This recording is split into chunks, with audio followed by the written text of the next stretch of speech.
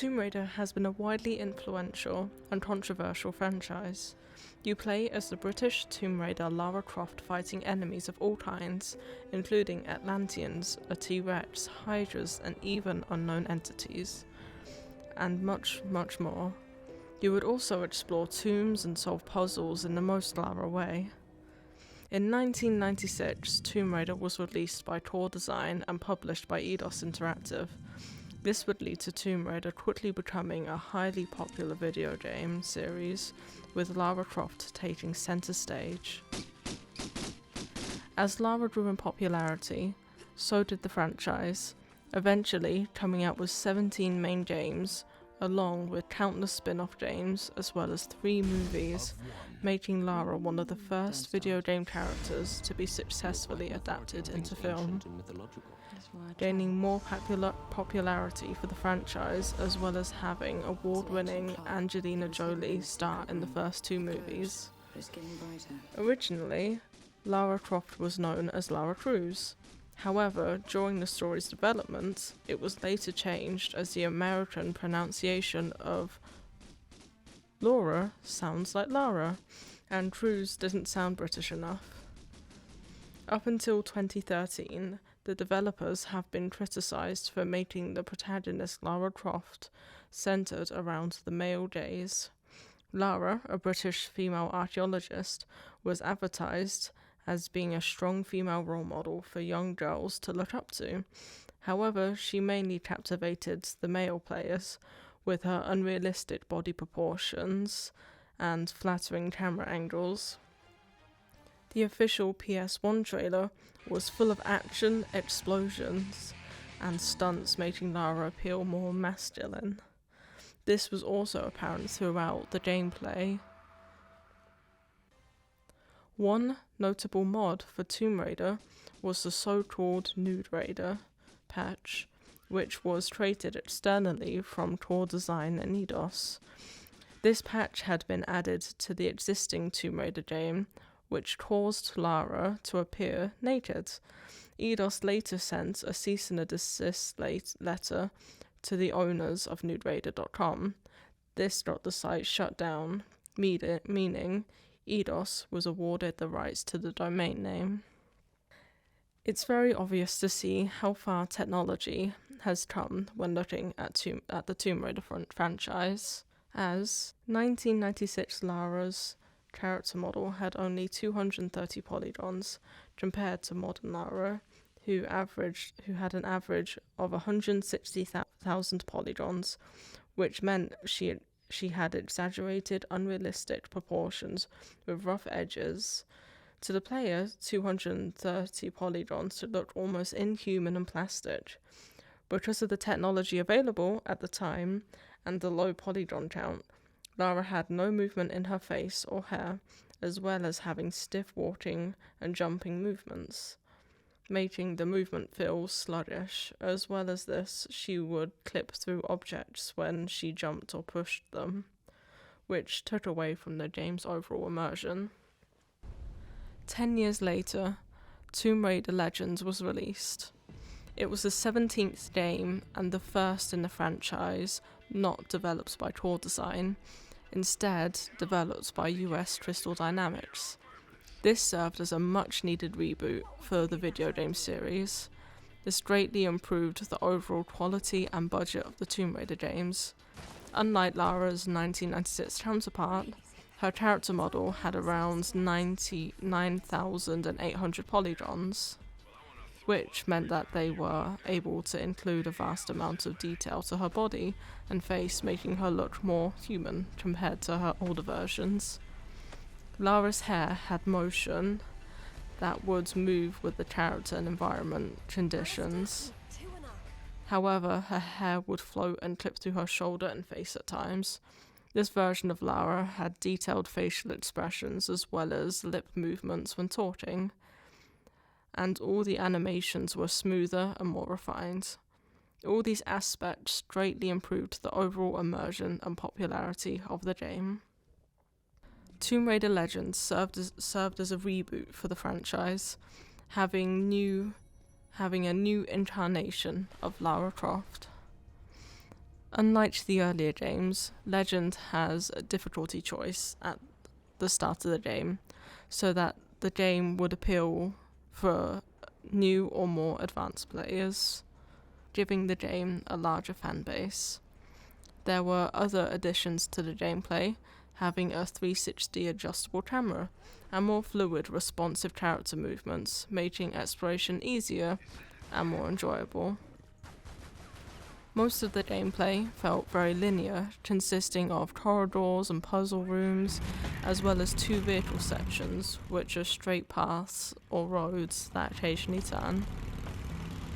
The gameplay for Legends feels like it's aimed for more casual players, as it gives the players too many hints for the puzzles via speech and RAD binoculars that show each puzzle component and objects of interest.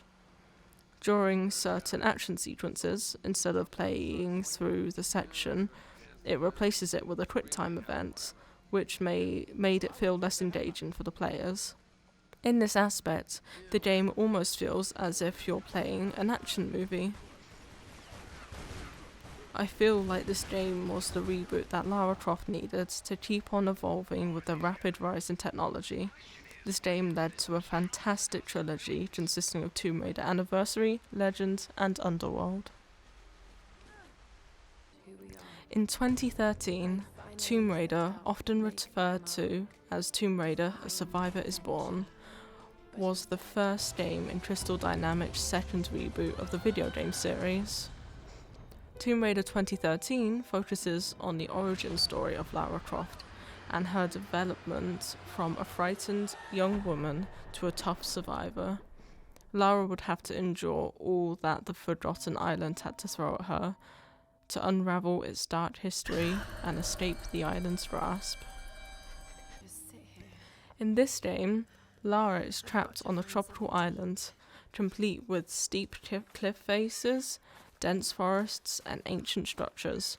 However, there aren't many tombs. The tombs that are there feel more like side content rather than the main story areas. The visuals in Reboot still live up to today's standards, having stunning locations that conflict with the dreary setting. The light always shone in the right places, helping to create depth and atmosphere unlike any other Tomb Raider game before it. Another improvement was Lara's hair. Instead of looking like cardboard, it flowed and looked silky, and rarely took away from the immersion. This game was originally meant to be a survival horror. However, it lost this charm after the first 2 hours, becoming a primarily action-based adventure game, with basic weapons, mechanics, and shooting, similar to Uncharted 3. One similarity to Legend was the survival sense. It was the RAD binoculars without the binoculars. It worked in the same way, showing Lara objects of interest as well as hints of how to complete the puzzle. My opinion on this mechanic stays the same, as it makes the game feel too easy. The movement in the reboot feels simple but smooth and refined, which makes the platforming feel reliable, and it's rare that you would miss a jump or fall off a cliff. Lara, most of the time, will go where you want her to and grab edges that you are looking at. Due to her improved movement, the stealth mechanics feel smoother. However, there are not enough choices. It's only stab, shoot, or takedown. I feel like this would feel much better if there were traps or different takedown options. Perhaps this lack of options does make the stealth more difficult, but repetitive for new and old players. One thing that stood out to me the most was what happened to Lara when you messed up a QuickTime event or died. Instead of just dropping or ragdolling, Lara would die in the most horrific ways possible.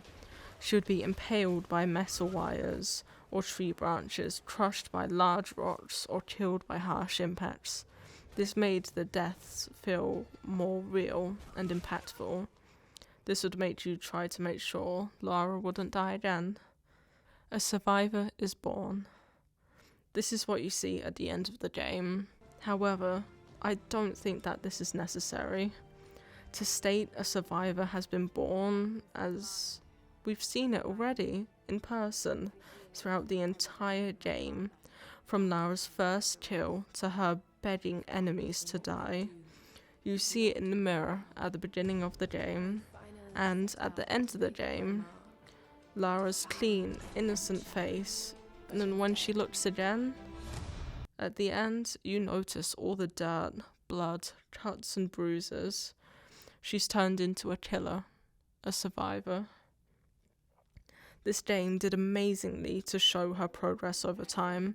It was so subtle at first that the player wouldn't have noticed till Lara looked once again at the end, making this moment so impactful and memorable, as this was the start of her new journey in the reboot series. Altogether, this was a great game that set a path for the next 2 Tomb Raider games. Although they were both good, they would never beat this sense of relief at the end of the first game. The Tomb Raider franchise fanbase are so passionate about this series. There are multiple wikis, PC mods, cosplays, complete with walkthroughs on YouTube, as well as huge successes for the first 2 movies. Many fans cosplayed Lara for videos, conventions, and even in their spare time. Although her outfit is simple, it is hard to capture Lara like in the game. Some cosplayers try to recreate that unique shape and likeness of Lara from 1996's game, using varied methods, some working quite well, having accurate outfits as well as getting the body shape and posture correct. Others are, well, questionable. Unlike other video games, Lara was smart, tough, with a no-nonsense attitude. She was a protagonist, not a damsel in distress. However, these qualities weren't the only thing promoting the game. It was her looks and exaggerated assets. Lara is a complex character in game. When out of the game, she becomes a silicone poster girl. She was even all over posters, magazines, starring on Lucozade bottles and even in ads. Lara is or has been both a feminist hero and a figure of objectification. Lara was one of the first female video game protagonists and became a huge pop culture icon.